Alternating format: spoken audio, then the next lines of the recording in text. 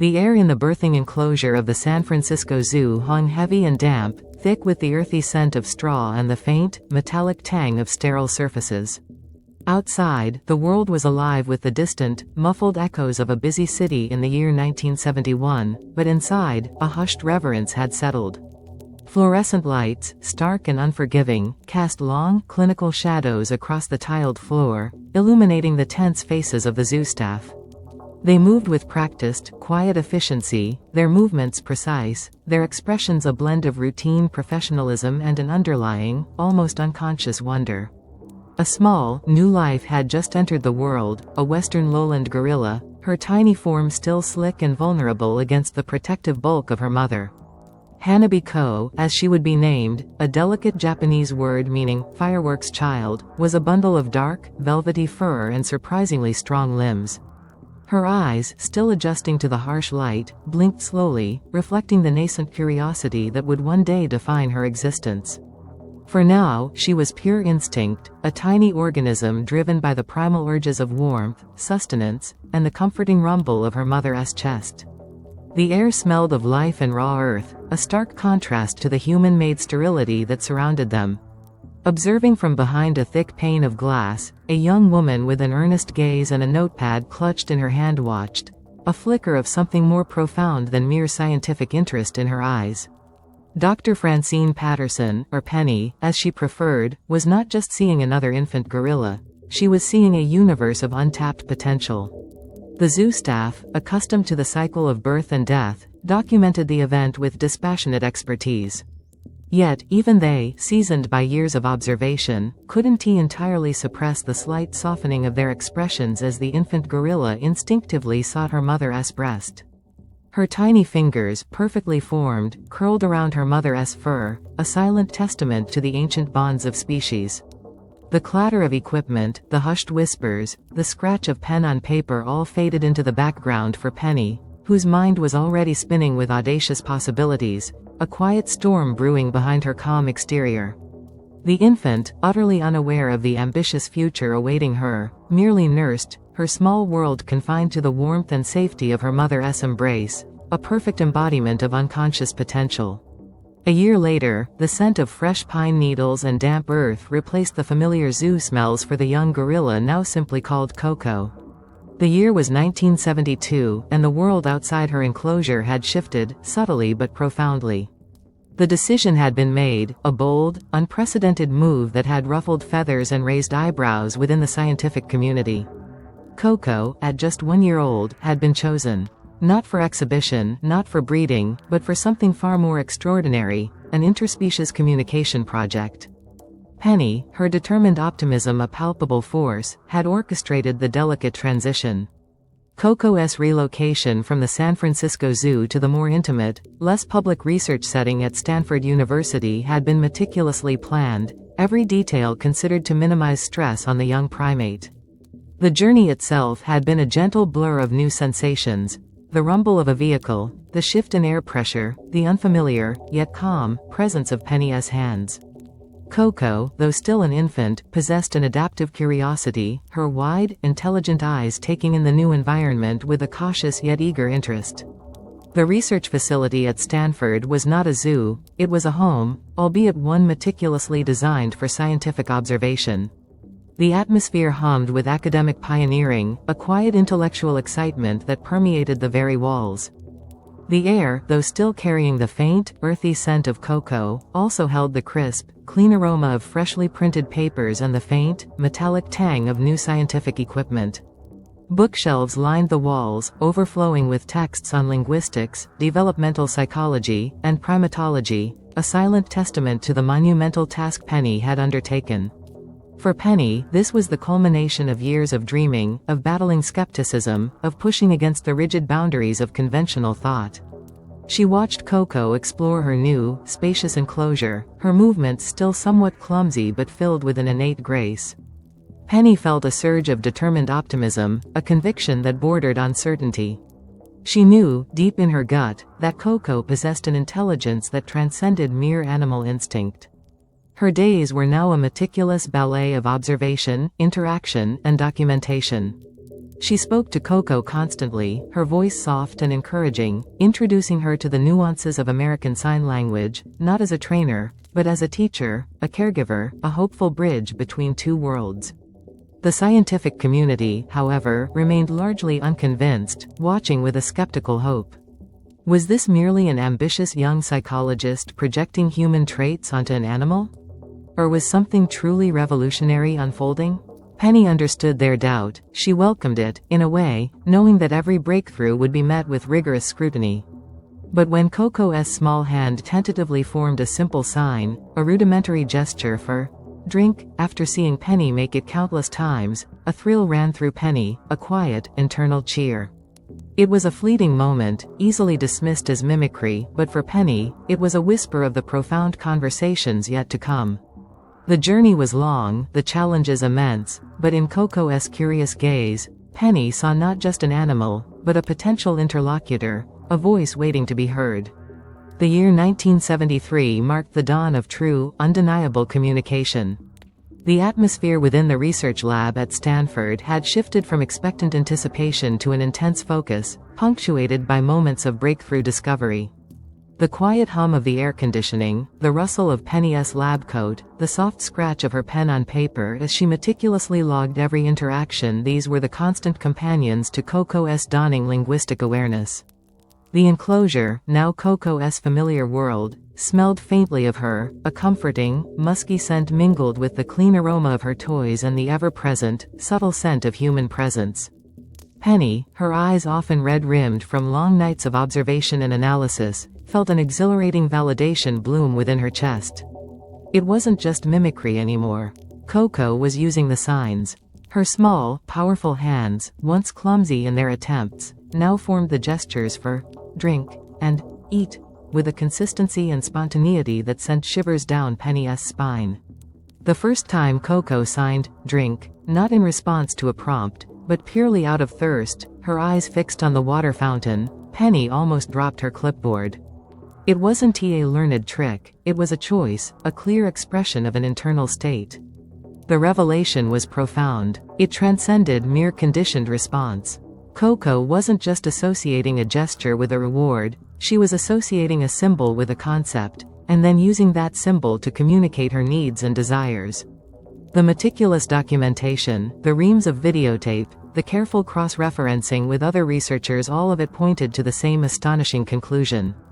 Koko was demonstrating an early grasp of symbolic communication, a capability previously thought to be uniquely human. The research team, a small but dedicated group, shared Penny's sense of wonder, though their enthusiasm was carefully measured, tempered by the rigorous demands of scientific methodology. They checked and rechecked their data, debated interpretations, and sought every possible alternative explanation.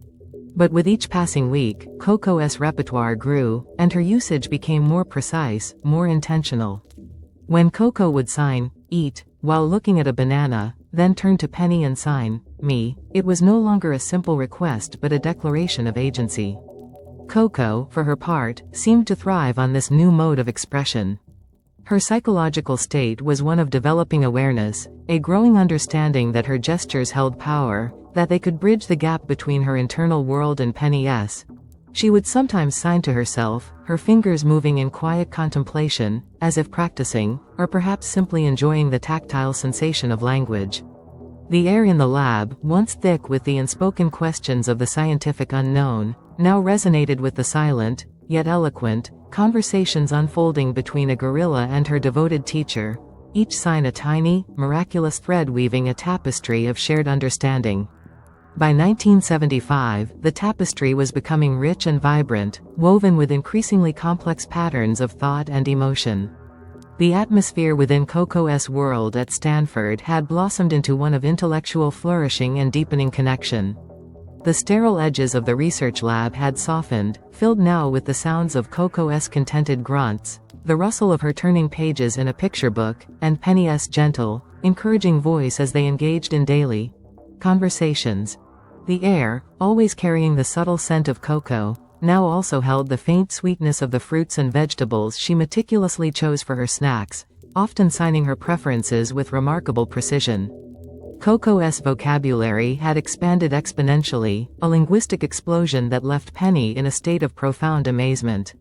She wasn't just signing individual words, she was combining them, weaving them into phrases that expressed nuanced thoughts and internal states. "Me good," Koko would sign, her expression earnest, after successfully completing a puzzle or receiving praise. Or, more poignantly, "sad bad," her brow furrowed, when a favorite toy was out of reach or a cherished interaction ended. This wasn't merely identifying objects. This was self-awareness, the ability to articulate her feelings, her very sense of being, through the lexicon she shared with Penny. The bond between Koko and Penny had deepened beyond that of researcher and subject. It was a profound, almost maternal connection, built on mutual understanding and respect. Penny felt Koko's emotions as if they were her own, her heart swelling with pride at Koko's breakthroughs, aching with empathy at her moments of sadness. Koko, in turn, sought Penny's gaze, her touch, her affirmation, understanding that Penny was the key to unlocking the world of language and connection. Ronald Cohn, a biologist and co-founder of the burgeoning Gorilla Foundation, often observed these interactions with a quiet, growing belief. He had initially approached the project with a scientist's healthy skepticism, but Koko's consistent demonstrations of self-awareness and her capacity to describe internal states were undeniable. He watched as Koko signed, "flower smell good," after pressing her nose to a daisy, or "cold eat," when offered an ice cube, marveling at the gorilla's ability to articulate sensory experiences. The implications were staggering, challenging long-held assumptions about animal cognition and consciousness. The laboratory, once a quiet space of tentative exploration, now vibrated with the energy of discovery. Koko, her psychological state one of expressive confidence, moved through her days with a newfound agency, using her signs to direct her play, to comment on her surroundings, and to engage in increasingly complex interactions. She would sign, "tickle me," with a mischievous glint in her eyes, or "give more," when enjoying a favored treat, her signs flowing effortlessly, naturally. The silent conversations between Koko and Penny were no longer isolated events but the steady rhythm of their shared lives, a testament to a connection that transcended species, echoing the profound potential of interspecies understanding. By 1978, the quiet, revolutionary work unfolding within the Stanford Research Lab could no longer be contained. The atmosphere around Koko had transformed, shifting from one of academic intensity to a burgeoning public fascination. The world was beginning to take notice. News of a gorilla who could talk in American Sign Language had begun to leak out, first in scientific journals, then in hushed whispers among academics, and finally, bursting forth into the wider public consciousness. The air around the project now carried the faint, exciting hum of media attention, mingled with the usual sense of Koko's enclosure and the ever-present aroma of Penny's coffee. Initial media features, tentative at first, then increasingly bold, began to appear in newspapers and on television. Reporters, photographers, and film crews descended upon the facility, eager to capture a glimpse of this extraordinary creature. Koko, for her part, responded with a curious engagement. While sometimes overwhelmed by the flashing lights and unfamiliar faces, she also seemed to understand, in her own way, that these people were interested in her signs. She would sometimes sign, "picture," when a camera was pointed at her, or "hello," to a particularly gentle reporter, demonstrating a surprising awareness of the attention she commanded. Penny and Dr. Cohn, now navigating the choppy waters of public interest, felt a renewed sense of hopeful determination. The widespread recognition of Koko's unique abilities, while sometimes intrusive, was also vital. It brought with it the much-needed support and resources to sustain their groundbreaking work. To that end, the Gorilla Foundation was formally established, solidifying the project's future and expanding its outreach.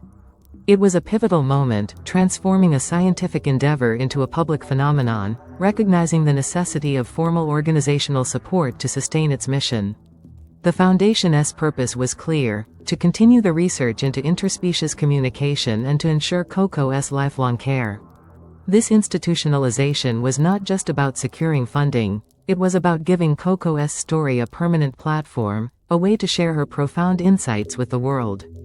Penny spent countless hours giving interviews, writing articles, and speaking at conferences, her voice clear and passionate, defending Koko's abilities against a public often split between awe and skepticism. For the general public, Koko was a figure of immense wonder, a living challenge to the anthropocentric view of intelligence. Yet, skepticism lingered, fueled by traditional scientific paradigms and a natural human resistance to redefine the boundaries of animal consciousness. Was it truly language, or just clever imitation? These were the questions that buzzed in the air, creating a dynamic tension around Koko's burgeoning fame. Koko, oblivious to the philosophical debates she ignited, continued her daily life, her signs becoming more confident, her personality shining through with increasing clarity. She was an ambassador, though she didn't know it, for her entire species, demonstrating a capacity for communication and emotion that transcended the cages and the classifications. The future of the Gorilla Foundation, and indeed, the very understanding of interspecies relationships, now rested on the small, signing hands of Hanabi Ko, the fireworks child, who had ignited a quiet revolution in the heart of humanity. The year 1980 dawned with a quiet intensity within the Redwood City facility, a place that had become Koko's world, her sanctuary of shared language. The air, usually a comforting blend of gorilla musk, fresh hay, and Penny's ever-present coffee, now seemed to thrum with an unspoken current, a deepening emotional resonance. Koko, her dark eyes brimming with an intelligence that often startled newcomers, was no longer merely demonstrating symbolic communication, she was articulating the very fabric of her inner life. Penny, Dr. Francine Patterson, watched with a thoughtful reflection that often bordered on awe, meticulously documenting every nuance, every subtle shift in Koko's expression, every deliberate movement of her hands. Koko had begun to sign words like love and sorry with a profound understanding that transcended simple association. Penny remembered a day, crisp and bright, when Koko had accidentally knocked over a tower of carefully stacked blocks Penny had built. Instead of the usual playful defiance, Koko had paused, looked at the scattered blocks, then at Penny's face, and slowly, deliberately, signed, sorry. Her brow was furrowed, her large, gentle fingers forming the gesture with a weight of genuine remorse. The air in the room had momentarily stilled, thick with the unspoken recognition of a truly abstract concept understood and expressed. Later, she would often sign, love, to Penny, her hand closing over her heart, her gaze soft and unwavering, a gesture so universally human in its tenderness that it would bring a lump to Penny's throat. But it was Koko's burgeoning maternal instincts that truly unveiled the profound depths of her emotional landscape. The soft, cloth dolls, initially just another set of toys, had become objects of intense devotion. Koko would cradle them against her chest, her powerful arms surprisingly delicate as she rocked them back and forth. The rhythmic hum of her contented grunts would fill the enclosure, a sound Penny had come to associate with pure, unadulterated affection. Koko would sign, baby, repeatedly, her fingers tracing the doll's head, her eyes wide with a longing that was almost palpable. She would sign, my baby, a possessiveness that was both endearing and heartbreaking. Sometimes she would even sign, love baby, her expression a mirror of human maternal tenderness. Penny often found herself lost in thought, observing Koko's interactions with these inanimate bundles of fabric. What did it mean for a gorilla to articulate a desire for a baby? Was it merely an emulation of human behavior she observed, or was it a genuine, deep-seated biological and emotional drive, expressed through a learned language? The ethical and philosophical questions swirled in her mind like leaves in a gentle breeze. If Koko could express such a fundamental longing, what did that say about the consciousness of other animals?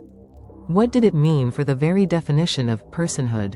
The air in the lab, once solely devoted to linguistic inquiry, now carried the unspoken weight of these profound questions, questions that challenged the very anthropocentric foundations of human understanding. Ronald Cohn, ever the scientist, approached these observations with a meticulous, almost detached scientific curiosity, yet even he couldn't deny the compelling nature of Koko's expressions. He would spend hours reviewing videotapes, analyzing the frequency and context of Koko's baby signs, searching for patterns, for quantifiable data that could withstand the inevitable scrutiny of the academic world.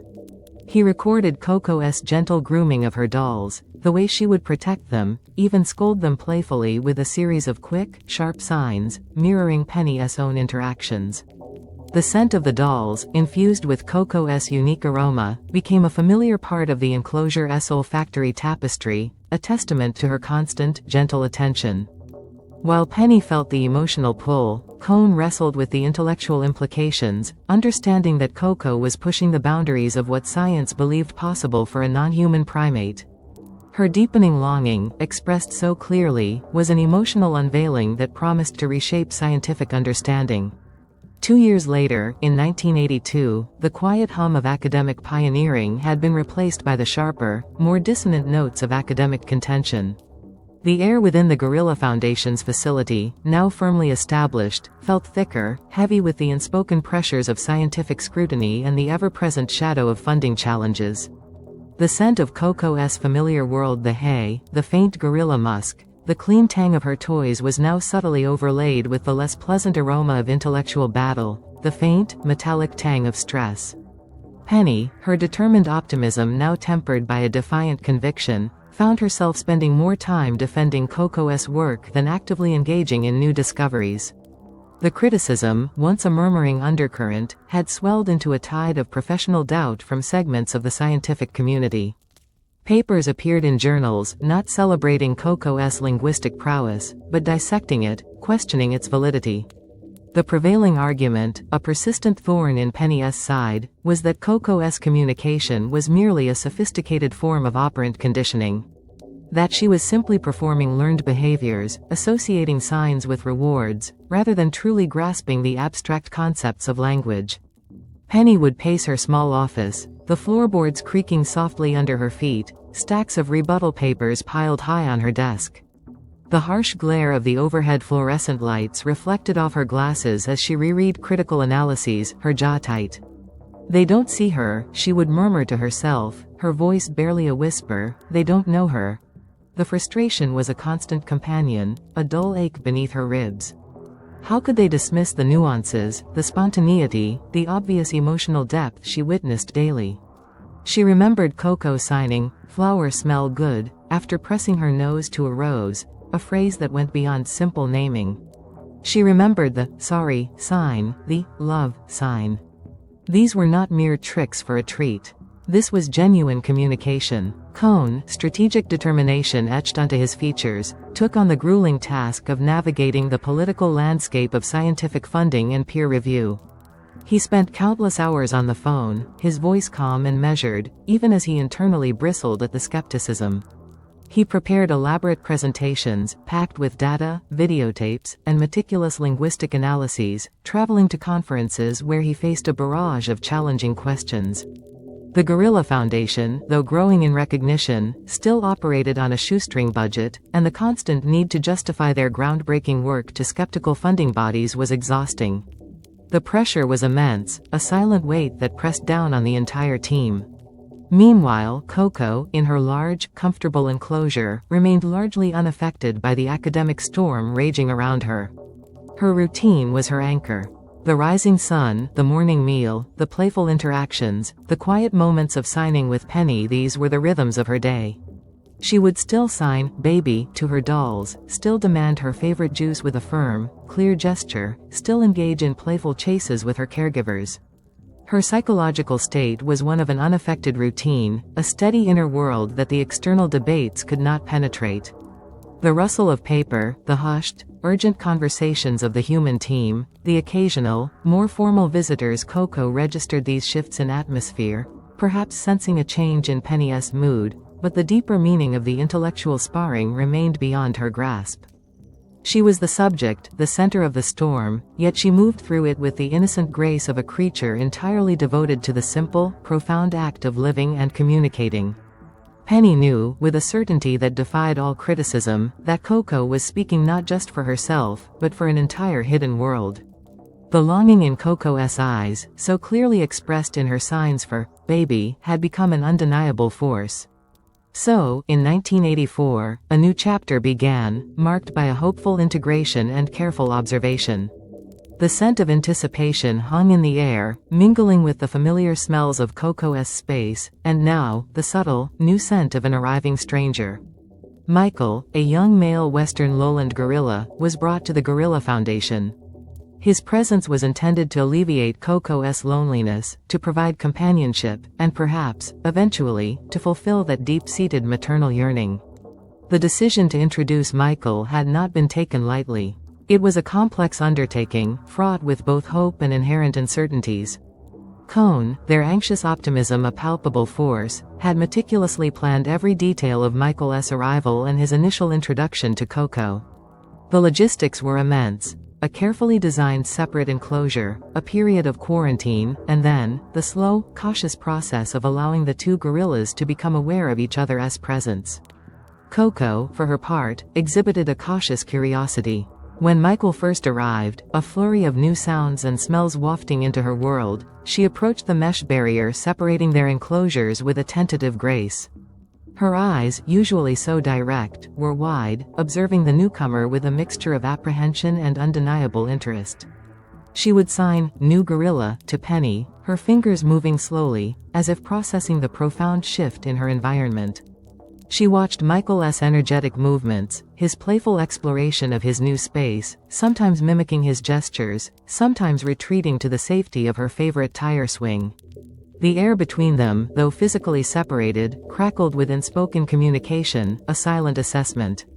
Michael, younger and brimming with a boundless energy, was a whirlwind of playful exploration. He bounced off the walls of his enclosure, climbed ropes with an almost reckless abandon, and investigated every nook and cranny. His psychological state was one of pure, unadulterated curiosity, a primate discovering a new world. He would vocalize with soft grunts and inquisitive chuffs, his bright eyes constantly darting towards Koko's side of the barrier. He seemed eager to connect, to play, to engage with this new, intriguing female. Cohn spent countless hours in the observation room, a quiet space filled with the faint whir of cameras and the soft click of their pens. Their anxious optimism was a delicate balance. They hoped for a bond, a deep connection that would enrich both Koko's and Michael's lives. But they also understood the risks. Gorillas were complex social animals, and success was far from guaranteed. They watched for every sign, every gesture, every subtle interaction, analyzing the potential for friendship, for rivalry, for true companionship.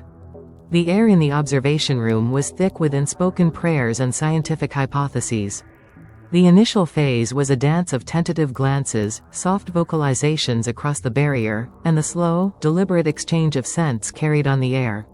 It was a period of holding their breath, waiting for the first spark of connection to ignite, hoping that Koko's expressed longing for companionship would finally find its tangible form in the playful, curious presence of Michael. A year later, in 1985, the cautious hope had blossomed into a profound reality. The atmosphere within the Gorilla Foundation's enclosures was now one of interspecies harmony and collaborative learning, a testament to the patient efforts of the human team and the remarkable adaptability of the gorillas themselves. The air, rich with the combined scents of Koko and Michael, carried the joyful sounds of their shared play, their contented grunts, and the rhythmic swish of their bodies moving through the ropes and platforms. Koko and Michael had developed a strong, undeniable bond. Their days were now a tapestry woven with threads of affectionate companionship. They groomed each other with meticulous care, Koko often taking the lead, her large, gentle fingers sifting through Michael's fur, a ritual of trust and intimacy. They chased each other through their expansive enclosure, their movements surprisingly agile for their size, their laughter like vocalizations echoing through the space. They shared food, often offering choice morsels to one another, a clear sign of their deep connection. What was even more remarkable was the unique intergorilla dialogue that had begun to unfold. Michael, immersed in the linguistic environment of the Foundation, had started to learn American Sign Language, not just from the researchers, but from Koko herself. Koko, in her role as the more experienced signer, would often teach Michael, demonstrating signs slowly, patiently. Penny remembered an instance when Michael was struggling to sign apple. Koko, seeing his frustration, gently took his hand and guided his fingers through the correct motion, then signed apple herself, looking directly at him. Michael, watching her intently, then made the sign with newfound clarity. Their shared linguistic environment allowed for a level of communication between them that was unprecedented. They would sign, play, to initiate a game of chase, tickle, to invite physical interaction, or eat, when sharing a meal, their signs flowing naturally between them. Cohn, observing these interactions, felt a deep satisfaction. This wasn't just Koko communicating with humans. This was Koko facilitating communication with another gorilla, a profound validation of their entire research project. The growing validation resonated not just in scientific papers, but in the very atmosphere of the facility, which now hummed with a quiet, joyful energy. Cohn, ever the data-driven scientist, meticulously documented Michael's acquisition of signs, noting the contexts and the sources of his learning. He saw clear evidence of social learning, of Koko acting as a linguistic model, a testament to the power of immersion. Penny, however, felt the emotional triumph more deeply. To see Koko, who had once expressed such intense longing for a companion, now thriving in such a rich, communicative relationship, filled her with a profound sense of purpose. The soft light filtering into their enclosure seemed to illuminate not just their physical forms, but the warmth of their growing connection, a testament to the power of language to bridge not just species, but individual hearts. The shared space, once simply an enclosure, was now a vibrant, living example of interspecies harmony, a place where two gorillas communicated, loved, and learned together, their silent conversations echoing with the profound success of the Koko project. Then, in 1987, a new, tiny presence entered Koko's world, bringing with it a torrent of emotion that would etch itself into the annals of her story. The air around the Gorilla Foundation shifted, becoming lighter, imbued with a delicate, new scent, the faint, musky sweetness of kitten fur. Koko's long-held desire for a baby had been answered in the most unexpected and heartwarming way, with the arrival of a small, fluffy kitten, whom she immediately named All Ball, because of his rounded, playful shape. The moment Koko first saw All Ball was etched into Penny's memory with cinematic clarity. The kitten, a tiny, unassuming creature, was presented to Koko, who approached with a mixture of awe and unparalleled tenderness. Her large, powerful hands, usually so adept at signing, moved with a breathtaking delicacy as she reached out to touch the kitten. All Ball, unafraid, rubbed against her dark fur, purring loudly. Koko's face, usually so expressive, softened into an almost beatific smile.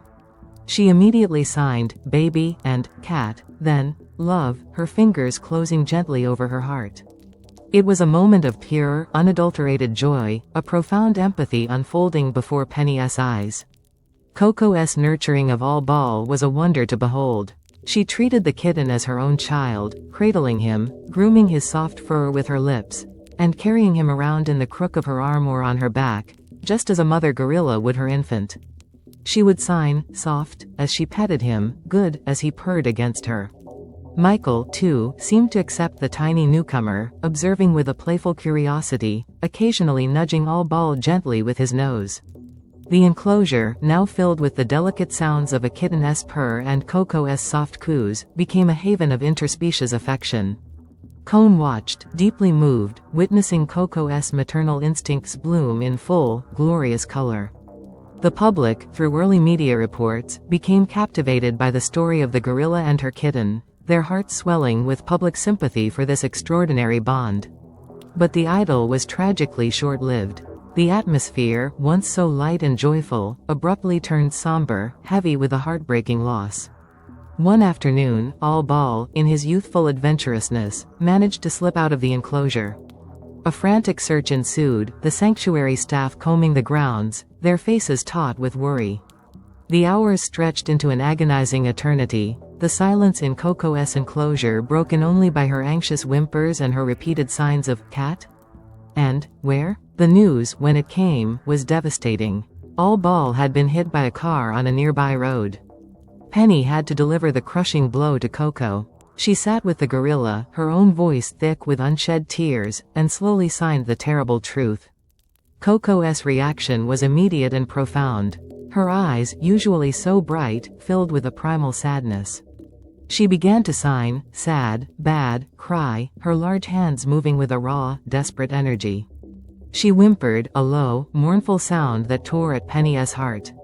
She turned away, her shoulders slumping, and then, with a heartbreaking clarity, signed, "Sleep, cat." Koko retreated into herself, her grief a tangible presence in the enclosure. She lay curled up, occasionally signing, sad, or, trouble, her movements slow and heavy. The toys, the ropes, the familiar comforts of her home seemed to offer no solace. She mourned openly, profoundly, demonstrating a capacity for grief that resonated on a deeply human level. Cohn, witnessing this raw display of sorrow, were overcome with emotion. They knew, without a shadow of a doubt, that Koko understood death, that she experienced loss with an intensity that defied any skepticism about animal consciousness. The story of Koko and her lost kitten spread like wildfire, touching millions of hearts around the globe, solidifying her image as an emotionally complex being capable of profound love and devastating grief. The air in the sanctuary, once vibrant with joy, now carried the heavy, lingering scent of sorrow, a testament to a small, tender life lost, and the colossal, aching heart of a gorilla who loved it like her own. The memory of All Ball, a small, purring shadow, lingered in the corners of Koko's world long after the sharp, agonizing pang of loss had dulled into a persistent ache. The years that followed 1987 saw Koko continue to grow, her linguistic abilities flourishing, her bond with Michael deepening into a comfortable, easy companionship. Michael, once the playful, curious newcomer, had matured into a magnificent male gorilla, his own grasp of ASL expanding, his interactions with Koko a rich tapestry of shared signs, quiet grunts, and knowing glances.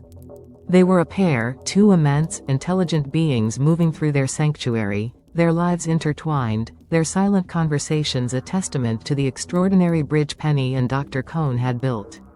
The scent of their combined presence, a rich, earthy aroma unique to their shared space, was a constant, comforting presence for the staff. But time, an indifferent sculptor, continued its work.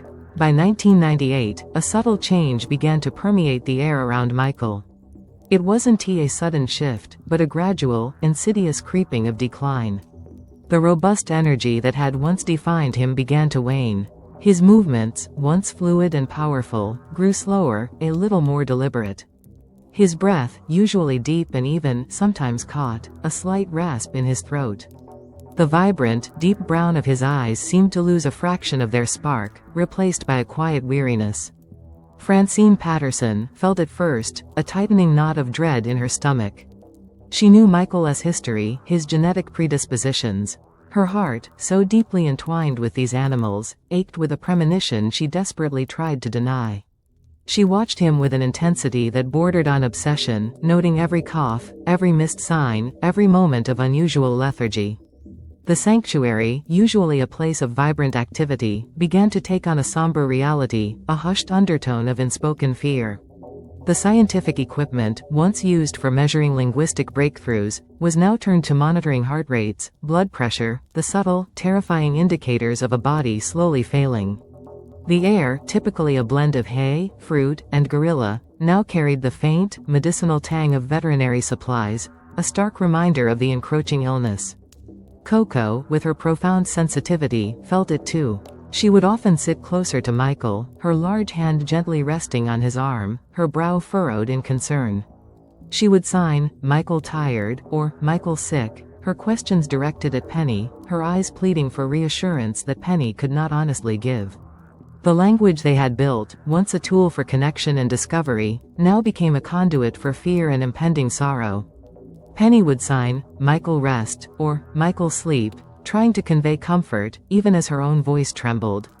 She would stroke Koko's fur, feeling the tremor of anxiety that ran through the gorilla's powerful frame. The decline was relentless. Days blurred into weeks, each one bringing Michael a little closer to the inevitable. The sanctuary staff moved with a shared mourning, their movements heavy, their voices hushed. The air was thick with the scent of disinfectant and quiet despair. They watched as Michael's once voracious appetite dwindled, his favorite treats ignored. Koko would try to coax him, signing, "Eat, good food," pushing a piece of banana towards him, her desperation growing with each refusal. Michael would look at her with eyes that seemed to hold a profound weariness, a gentle acceptance of his fate, and then slowly sign, No. The morning Michael passed away, the sky outside was a bleak, overcast gray, mirroring the heavy pall that had settled over the gorilla foundation. He had slipped away peacefully in his sleep, his heart, which had endured so much, finally giving out. The news hit Penny like a physical blow, stealing her breath, leaving her reeling. Cohn, usually stoic, stood with shoulders slumped, his face etched with profound grief. The hardest part, as always, was Koko. Penny approached her enclosure, her steps heavy, her heart aching with a pain that felt too immense to bear. Koko looked at her, sensing the shift in the air, the deep, pervasive sadness that clung to Penny like a shroud. Penny sat down, her eyes brimming with tears, and slowly, deliberately, began to sign. Michael sleep gorilla. She paused, her voice cracking, and then added, Michael gone. Koko stared at her, her intelligent eyes searching Penny's face, processing the terrible words. Her body stiffened. A low, guttural sound, a deep, mournful rumble, rose from her chest, filling the enclosure with a sound of pure, unadulterated sorrow. She began to sign, her hands moving frantically, desperately. Michael? Where Michael? Sleep gorilla? Sad. Bad. Cry. Her signs were a torrent of despair, a raw, primal scream articulated through human language. She beat her chest softly, a gesture of profound distress. She turned away from Penny, curling into a tight ball, her immense frame shaking with sobs. The scent of her grief, sharp and acrid, permeated the air, mingling with Penny's own tears. She understood. Koko understood death. The inescapable tragedy of loss had descended, forcing a confrontation with the raw, universal experience of death. The sanctuary staff, gathered silently, watched, their hearts breaking in shared mourning. They had witnessed Koko's joy, her curiosity, her love. Now, they witnessed her despairing sadness, a profound testament to her emotional complexity and her deep bond with Michael. The year 1999 became a global testament to Koko's capacity for grief. Her raw, explicit expressions of sorrow for Michael, meticulously documented by Penny and Dr. Cohn, resonated far beyond the quiet confines of the Gorilla Foundation. The air, still faintly carrying the ghost of Michael's absence, now thrummed with the electric current of worldwide attention. News reports, once focused on Koko's linguistic abilities, now highlighted her profound emotional depth. Photographs of Koko, her eyes clouded with sadness, her posture slumped, were splashed across newspapers and magazines, her story broadcast into living rooms around the globe. Koko's persistent sorrow was undeniable. For months, the vibrancy that had once defined her seemed muted. She would often sit in the spot where Michael used to rest, her gaze distant, her hands occasionally moving in a slow, almost unconscious repetition of Michael and sad. She refused certain foods they had shared, avoided games they had played together. Her appetite remained diminished, her sleep fitful. Penny, witnessing Koko's unwavering grief, felt a profound and almost overwhelming awe. It was not a fleeting sadness, it was a deep, sustained mourning, a clear indication that Koko possessed a concept of death and a capacity for enduring loss that challenged every anthropocentric view. Cohn, ever the scientist, found himself grappling with a new kind of data. The sheer consistency and duration of Koko's grief were compelling. He reviewed hours of video footage, analyzed her signing patterns, and noted the physiological manifestations of her sadness, the reduced activity, the altered vocalizations, the subtle changes in her physical demeanor. The scientific world, initially skeptical, found itself in a philosophical confrontation. How could they dismiss such clear, sustained emotional expression as mere conditioning? Koko was forcing humanity to reconsider the emotional and cognitive capacities of other species, sparking widespread introspection and debate. The global public, watching from afar, experienced a re-evaluating empathy. People wrote letters, sent flowers, offered condolences.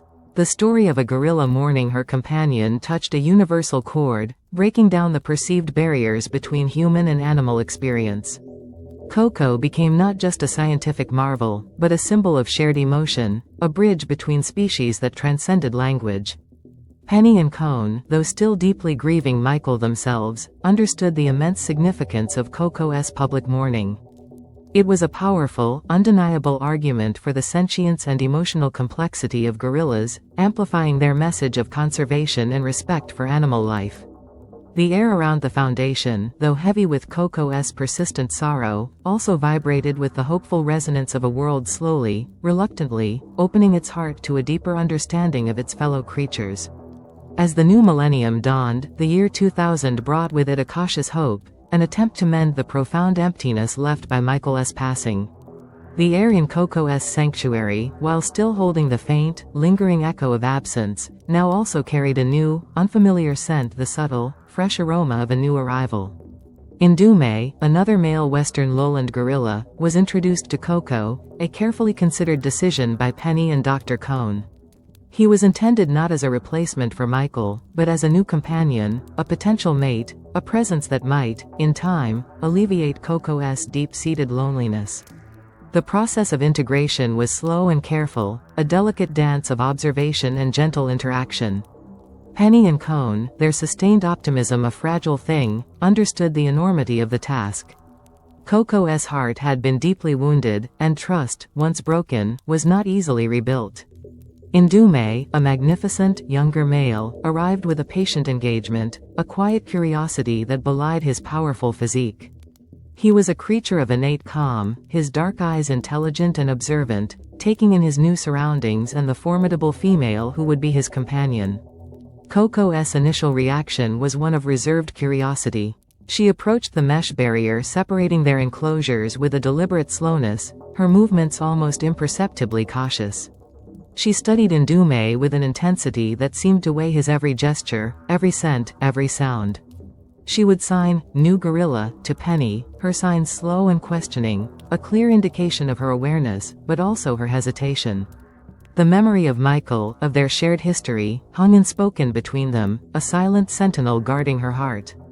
The air between the two gorillas was thick with unspoken questions, the tension of a new social dynamic slowly unfolding. Ndume, for his part, was respectful, almost deferential.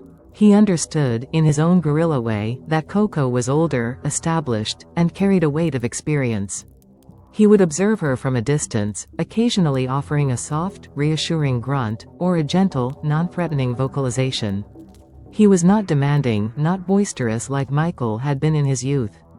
His approach was one of quiet persistence, a gradual acceptance. He would often mimic Koko's movements, or sit near the barrier, simply allowing her to grow accustomed to his presence.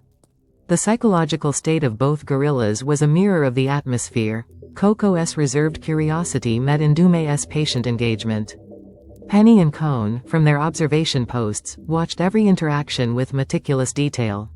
They noted Koko's subtle shifts, the lessening of her initial wariness, the tentative glance towards Ndume, the occasional, almost imperceptible softening of her expression. They celebrated small victories. Koko choosing to sit closer to the barrier, Koko accepting a shared treat, Koko finally, cautiously, reaching out a finger to touch Ndume's through the mesh. The scent of Ndume, initially a foreign note, slowly began to blend into the familiar tapestry of the sanctuary, becoming less threatening, more accepted. Gradually, almost imperceptibly, Koko began to accept his presence. The sharp edges of her grief began to soften, not erased, but gently rounded by the quiet companionship of Ndume. She started to engage in more playful interactions, though still with a degree of reserve. The sanctuary, once echoing with the profound silence of Koko's solitude, began to hum again with the gentle rhythm of two gorilla lives slowly intertwining. It was not an immediate love story, not a sudden burst of joy. It was something deeper, more resilient, a slow, careful rebuilding of connection, a testament to the enduring human and gorilla capacity for healing and for new beginnings, a cautious hope giving way to gradual acceptance. 4 years later, in 2004, a different kind of connection illuminated Koko's world, a moment of pure, unadulterated interspecies communication that warmed the hearts of all who witnessed it. The atmosphere in Koko's enclosure shifted from the quiet hum of daily routine to a vibrant, almost ethereal sense of innocent joy. The air, usually redolent with the familiar scents of gorilla and hay, now carried a faint, comforting aroma of human kindness, a gentle presence that seemed to soothe and uplift. Fred Rogers, the beloved Mr. Rogers, walked into Koko's sanctuary, his presence radiating the same gentle empathy and quiet understanding that had captivated generations of children. He moved with a deliberate slowness, his voice soft, his gaze unwavering as he approached Koko. There was no pretense, no performance, just genuine warmth. Penny watched, deeply moved, knowing that Koko possessed an uncanny ability to discern true character, to sense the sincerity in a human heart. Koko, sensing the unique energy, responded with an immediate, almost childlike openness. Mr. Rogers sat down, cross-legged, on the floor, his famous sweater a comforting splash of color against the earthy tones of the enclosure. He spoke to Koko in his characteristic, unhurried cadence, his words simple, direct, filled with respect. Koko, her large eyes fixed on him, seemed to absorb his gentleness. She extended a hand, and with a surprisingly delicate touch, began to untie his shoelaces. It was a gesture of profound trust, a playful invitation into her world. The sound of the Velcro strap giving way, the soft thud of a shoe hitting the floor, these small sounds punctuated the hushed reverence of the moment. Rogers chuckled, a soft, warm sound that filled the air. He made no attempt to stop her, simply allowing the interaction to unfold organically. Koko then removed his other shoe, her movements deliberate, almost ceremonial. Then, her eyes sparkling with mischief, she signed, "Tickle," her fingers wiggling playfully. Rogers, without hesitation, leaned forward and gently tickled her under her arm. Koko responded with a burst of delighted giggles, a cascade of happy vocalizations that filled the enclosure with joyous sound. The scent of their interaction, a blend of gorilla and the gentle, unassuming aroma of Mr. Rogers, was one of pure, unadulterated connection. The scene was captured on video, a testament to the profound bond that could form between species when met with genuine affection and understanding. Cohn, along with the sanctuary staff, watched with tears in their eyes, deeply moved by the unscripted magic unfolding before them. It was a moment that transcended scientific observation, a glimpse into the very essence of connection, where genuine affection and understanding transcended the boundaries of the gentle warmth of Fred Rogers' visit. A beacon of pure connection, had lingered in Koko's world for a decade, a cherished memory etched into the fabric of the sanctuary. But by 2014, a subtle, almost imperceptible shadow had begun to stretch across Koko's spirits. It wasn't the sharp, agonizing grief of Michael's passing, nor the profound sorrow of all Ball's loss. Rather, it was a quiet, internal melancholy, a subdued wistfulness that sometimes settled upon her like a fine dust. Perhaps it was the passage of time, the quiet weight of years accumulating, or perhaps simply the ebb and flow of a complex emotional life. Whatever its source, Penny noticed it, the slightly less enthusiastic greeting, the longer periods of quiet contemplation, the occasional, wistful glance at the empty spaces where Michael had once been. The air in the sanctuary, though still filled with the familiar, comforting scents of hay and gorilla, sometimes felt a little heavier, tinged with Koko's unspoken blues. Then, a new energy rippled through the Gorilla Foundation, a vibrant, almost electric hum of anticipation. Robin Williams, a man whose very name conjured images of explosive laughter and boundless warmth, was scheduled to visit.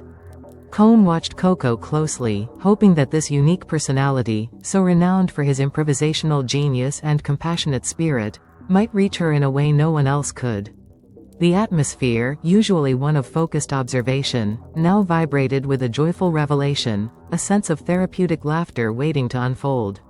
When Robin Williams finally stepped into Koko's enclosure, the air seemed to crackle. He moved with an easy grace, his eyes, so often alight with comedic fire, now held a deep, genuine curiosity and an unmistakable kindness. He didn't approach Koko as a celebrity, but as a fellow spirit, an expressive human personality eager to connect. Koko, initially reserved, watched him with her characteristic intensity. She sat quietly, her large hands resting in her lap, her dark eyes absorbing every nuance of his presence, every flicker of emotion on his face. The scent of him, a clean, almost effervescent human smell, was different from any other visitor, carrying a subtle hint of something wild and free. Robin, ever the master of connection, didn't push. He sat down gently, cross-legged, maintaining a respectful distance, and began to speak to Penny in a low, warm voice, occasionally glancing at Koko.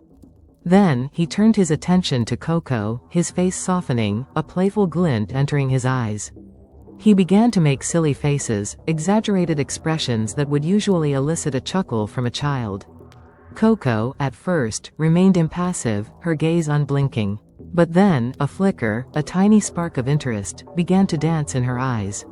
Robin tried again, his features contorting into a comical grimace, his eyebrows arching, his lips pursed in an absurd fish face. And then, it happened. A low rumble, a sound like a distant, contented purr, vibrated in Koko's chest. A small, almost imperceptible smile touched her lips. She reached out a large, gentle hand and, to everyone's astonishment, began to mimic his silly face, her own features twisting into a surprisingly accurate, albeit gorilla-sized, imitation. Robin burst into genuine laughter, a rich, booming sound that filled the enclosure, chasing away the last vestiges of Koko's sadness. It was infectious. Koko, emboldened by his uninhibited joy, began to sign, funny, her fingers dancing with an uplifted cheerfulness that hadn't been seen in months. What followed was a symphony of spontaneous warmth and mutual curiosity. Robin, taking his cue from Koko, engaged her in a playful game of chase, his agile movements surprisingly nimble for a man his age. He would sign, tickle, and gently prod her side, eliciting bursts of delighted gorilla giggles from Koko. He pulled out a pair of sunglasses and put them on, prompting Koko to reach for them, then place them on her own head, peering out from behind the dark lenses with a mischievous grin. She signed glasses, then me, clearly articulating her enjoyment of the shared moment. Robin, with his quick wit, would improvise stories through signs and vocalizations, his hands and face a whirlwind of expressive communication. Koko, captivated, watched him intently, her eyes bright, her body language open and relaxed. She responded with her own signs, good, play, sweet, weaving a unique, interspecies dialogue of humor and affection. Cohn, along with the camera crew silently documenting the interaction, watched in hardened amazement. They had seen Koko connect with many people, but Robin Williams brought a unique energy, a pure, unadulterated joy that seemed to bypass all barriers. His spontaneity, his genuine desire to engage, and his complete lack of fear or judgment created a safe, exhilarating space for Koko to shed her melancholy. The video captured it all. Koko signing, Robin, hug, and then melting into his embrace, her powerful arms wrapping around him in a tender, heartfelt gesture. Robin, in turn, hugged her back with an open heart, his face radiating pure happiness. The air in the room was thick with shared laughter and the profound sense of connection, a therapeutic balm for Koko's spirits. It was a joyful revelation, a testament to Koko's capacity for humor and her ability to forge deep bonds with expressive human personalities, further solidifying her public image as a truly extraordinary being. The echo of their laughter seemed to linger long after Robin had departed, a warm, comforting presence that reminded everyone of the healing power of genuine connection and shared joy. 2 years later, in 2016, the vibrant echoes of laughter began to fade, replaced by a quieter, more reflective rhythm in Koko's world. The natural progression of an elder gorilla's life was beginning to manifest, subtly at first, then with increasing clarity. Koko, now 45 years old, was entering her twilight years. The atmosphere in her sanctuary, once bustling with her playful energy, began to settle into a state of gentle decline and focused compassion. The familiar scent of her presence, still strong and comforting, now carried a faint, almost imperceptible undertone of something ancient, something nearing its natural conclusion.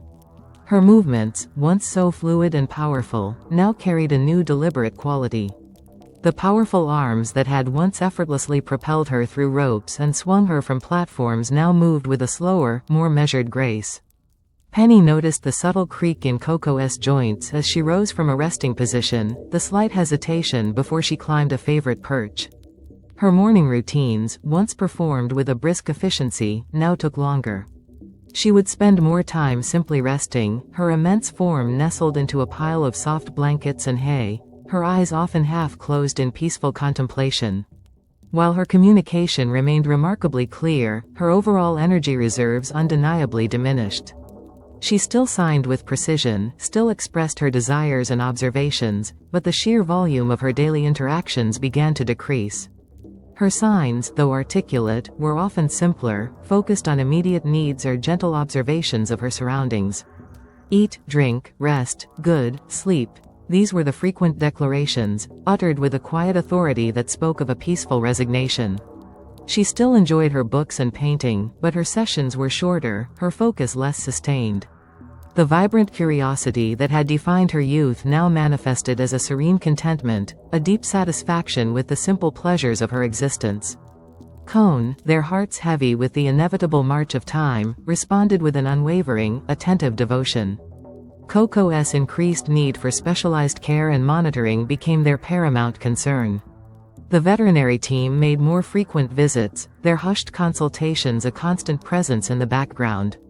Her diet was carefully adjusted to support her aging body, her environment modified to ensure maximum comfort and dignity.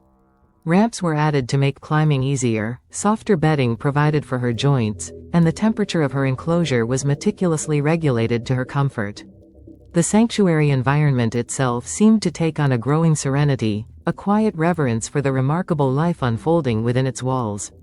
The staff moved around Koko with an almost sacred tenderness, their voices softer, their gestures gentler.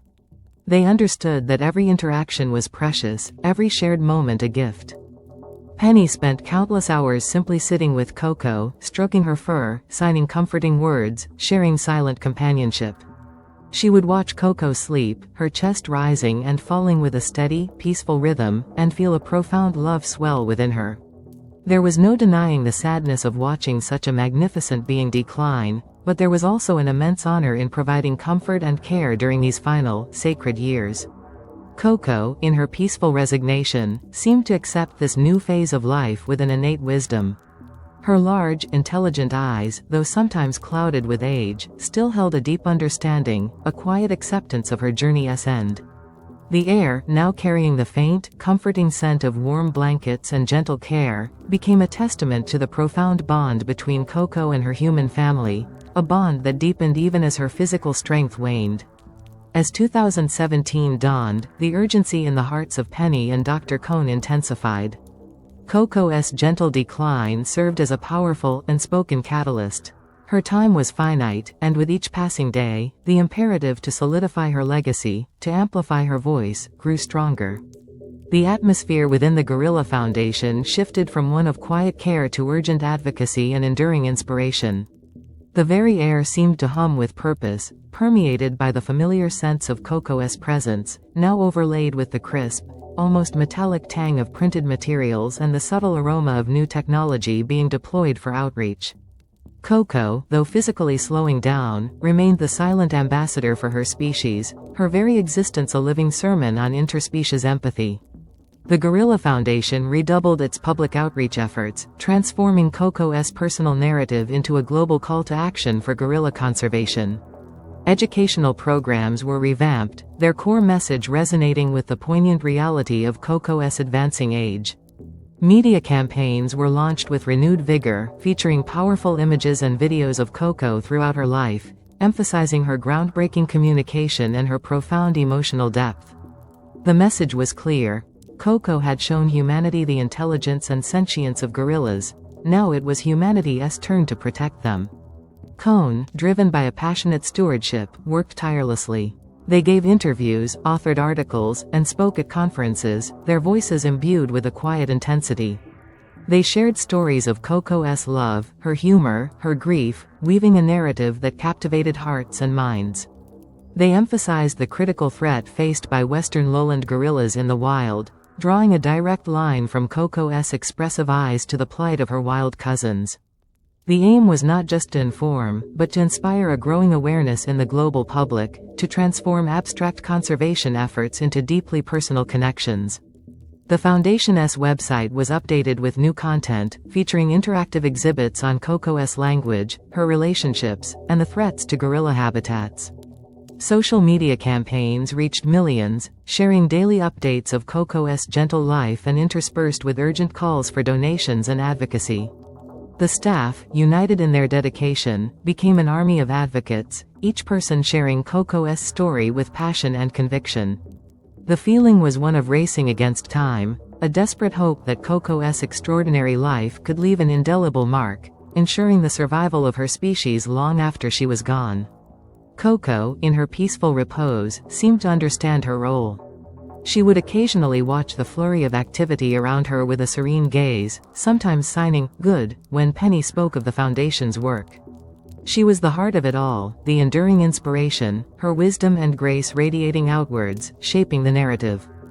The public, moved by her story, responded with an outpouring of support, their growing awareness translating into donations, petitions, and a deeper engagement with conservation efforts. The air, thick with the scent of purpose and the quiet determination of the Foundation, carried the hopeful echoes of a world slowly but surely waking up to the profound message of a gorilla who could speak, and who, in her gentle decline, continued to advocate for the future of her kind. By early 2018, the sanctuary had settled into an atmosphere of reflective peace and profound reverence. Koko's journey was nearing its inevitable conclusion, and the final months of her life were spent in quiet contemplation, surrounded by the unwavering love and vigilant care of her human family. The scent of her enclosure, now a gentle blend of soft blankets, fresh hay, and the comforting aroma of her specialized elder gorilla diet, created a cocoon of warmth and tranquility. The frantic pace of previous years had given way to a hallowed stillness, punctuated only by the soft sounds of her breathing, the gentle rustle of her movements, and the hushed whispers of her caregivers. Her communication, though still clear and intentional, shifted to more reflective signs. The complex narratives and playful demands of her youth were replaced by simpler, more profound expressions of contentment or basic desires. She would often sign, "Love," to Penny, her large hand resting over her heart, her eyes holding a deep, ancient wisdom. "Good," she would sign, after a particularly comforting grooming session, or "Peace," as she settled down for her afternoon nap, bathed in the soft, filtered light of the sanctuary. Her desires were uncomplicated: a favorite blanket, a gentle back scratch, a specific piece of fruit. Each request was met with immediate, loving attention, ensuring her comfort and dignity in every moment. Cohn, their faces often etched with an anticipatory sorrow, maintained a loving vigilance. Their presence was a constant, comforting anchor in Koko's final days. They moved through her enclosure with an almost spiritual grace, their steps quiet, their touch gentle. They understood that their role was now one of profound reverence, to witness and support Koko's peaceful winding down of a remarkable life. Penny would spend hours simply sitting beside Koko, holding her hand, sharing silent communication that transcended words and signs. She would recount stories of Koko's life, of Michael, of Ball, of the many adventures they had shared, her voice soft and soothing. Koko would listen, her eyes sometimes closing as if in memory, occasionally signing, "Remember," or "Good." The sanctuary staff, a family forged by years of shared experience with Koko, moved with a quiet dignity. They prepared her meals with extra care, offered her treats with gentle encouragement, and ensured her environment was always pristine and comforting. The air was thick with unspoken goodbyes, with the quiet understanding that each day was a precious gift. They would steal glances at Koko, their hearts aching with the knowledge of what was to come, yet filled with immense gratitude for having been a part of her extraordinary life. Koko, in her calm acceptance, seemed to emanate a profound sense of peace. There was no fear in her eyes, only a quiet resignation, a deep understanding of the natural cycle of life. She had lived a full, rich life, a life that had touched millions, and now, surrounded by love, she was preparing for her final rest. The scent of her, the essence of Koko, filled the enclosure, a profound and sacred presence in these last, tender moments. Then, on the 19th of June, 2018, the world held its breath. The news, when it finally arrived, was both expected and utterly devastating. Koko, the gorilla who had taught humanity to listen, had passed away peacefully in her sleep at the age of 46. The quiet, anticipatory sorrow that had pervaded the sanctuary now shattered into profound grief. The air, once thick with reflective peace, was suddenly heavy with a global mourning, a collective sadness that transcended continents and cultures. Cohn received the news with a heartache that was almost unbearable. Penny felt a physical pang, a hollow ache in her chest as if a vital part of her own being had been extinguished. 46 years. 46 years of shared life, shared language, shared love. Koko had been her child, her student, her greatest teacher. The silence in Koko's enclosure, once filled with her gentle breathing, was now an unbearable void. Penny knelt beside Koko's still form, her hand stroking the familiar, soft fur, tears streaming down her face. She whispered words of love, of gratitude, of farewell, her voice choked with sorrow. Cohn, usually the stoic counterpoint to Penny's emotional depth, stood with shoulders slumped, his face contorted in a silent cry. The end of an era had come, not with a bang, but with a quiet, heartbreaking whisper. The news of Koko's death reverberated globally with astonishing speed. The Gorilla Foundation released a statement, simple and poignant, announcing the passing of their beloved Koko. Almost immediately, an outpouring of condolences and tributes flooded in from every corner of the world. Scientists, who had once debated her linguistic abilities, now spoke of her profound impact on the understanding of animal cognition. Celebrities, many of whom had visited Koko and been touched by her warmth, shared heartfelt messages of grief and remembrance. Robin Williams's widow, Susan Schneider Williams, released a statement, remembering Koko's ability to always remind us of our capacity for connection. Fred Rogers' organization echoed similar sentiments, highlighting Koko's gentle spirit. But it was the general public, millions of ordinary people who had followed her story for decades, who truly demonstrated the collective sadness. Social media platforms were inundated with messages of mourning, with personal anecdotes, and with expressions of gratitude for the gorilla who had opened their minds and hearts. Children, who had grown up watching documentaries about Koko, felt a profound sense of loss. People left flowers at zoos, shared artwork, and penned poems. The image of Koko, signing, "sad," after Michael's death, or cradling all ball, became iconic, a testament to her enduring impact. The air, filled with the digital hum of global communication, carried the shared weight of sorrow, a testament to the fact that Koko was not just an animal, but a unique individual, a bridge between worlds, and a beloved member of the global family. Her final rest was mourned by millions, a profound testament to a life that had redefined what it meant to be sentient, to communicate, and to love. In the aftermath of her passing, Koko's physical presence was gone, but her spirit, her profound message, transformed into an eternal influence that continued to shape the world.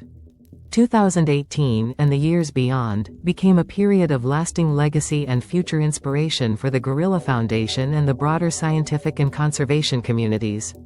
The quiet emptiness of her enclosure was gradually filled not with another gorilla, but with the vibrant energy of dedicated preservation and inspired progress.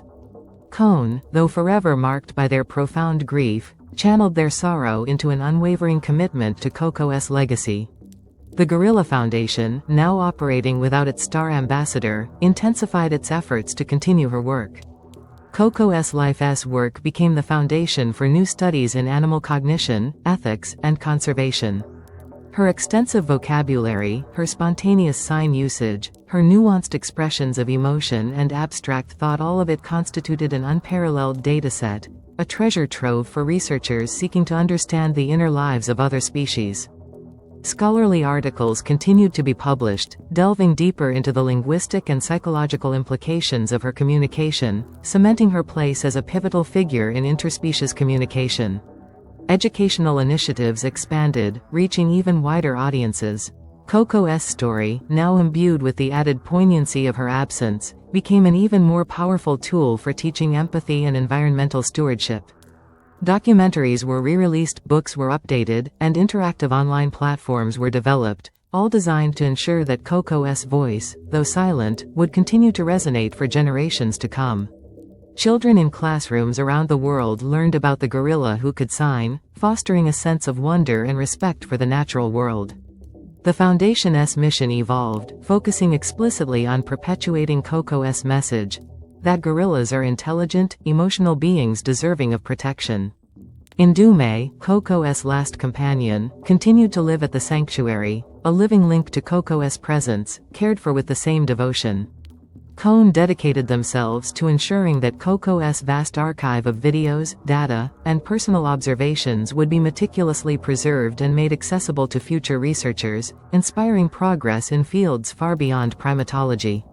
The air around the foundation, once thick with the scent of a living gorilla, now carried the subtle, academic aroma of archives, the crisp tang of new research, and the hopeful, clean scent of a future being shaped by Koko's influence.